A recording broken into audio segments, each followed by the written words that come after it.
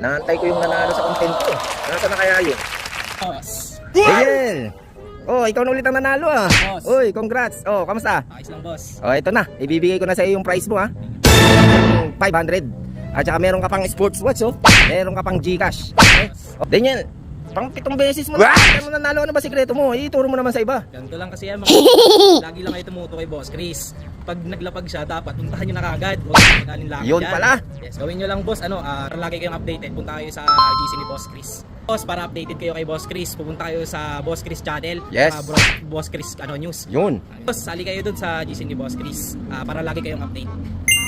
Walang bayad dun boss, libre lang yun. Daniel, tinatanong nung iba paano ba daw maging tapan? Ikaw tapan ka, number 1 tapan ka. Paano ba yun? Ganito gawin nyo boss, manood kayo ng video ni Boss Chris, tapusin nyo. Tapos mag-like and comment and share kayo. Tapos boss, meron akong secret. Oy, ayos Ganito yan boss, ah. para lagi kayong updated sa kanya. Oy. Laging lumalabas sa kanya. Ganito gawin nyo boss. Punta kayo sa page ni Boss Chris, pindutin nyo yung following, tapos yung feed, tapos pindutin nyo lang yung favorite. Tapos okay na yan. Tapos refresh nyo lang. Pag lumabas yung favorite kay Boss Chris, lagi na kayong updated dyan. Yung pala yun. Ang galing ah. Ayos. Kaya pala updated ka.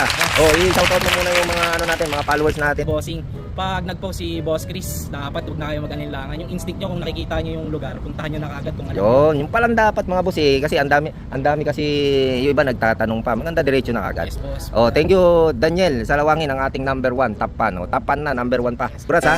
Oh, paano? Ayan na ang iyong 500 pesos. Yung Watch. Oh, itong GCash isusunod natin ha. thank you boss. Okay, ano, may babatiin ka pa ba? Shoutout mo. Oh, batiin mo na. Shoutout sa mga basher ko dyan.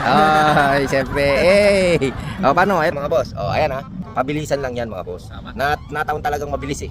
Mga boss, kaya alam nyo na ang gagawin nyo. Tinuro naman ni Daniel yung mga dapat nyong gawin. Okay? Good luck mga boss. Thank you.